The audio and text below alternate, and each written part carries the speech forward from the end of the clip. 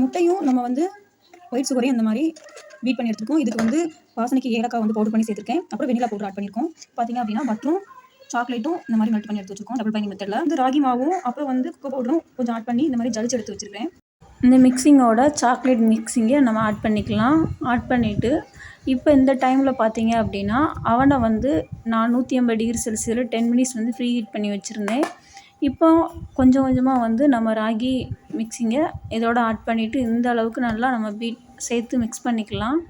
இப்போ நம்ம butter seat போட்டு வச்சுருந்த டின்னில் மாற்றியாச்சு. இப்போ லாஸ்ட்டாக மேலே பார்த்தீங்க அப்படின்னா மில்க் சாக்லேட் வந்து இந்த மாதிரி லைட்டாக ஆட் பண்ணிக்கலாம். இன்னும் டேஸ்ட்டாக இருக்கும் சாப்பிடும்போது.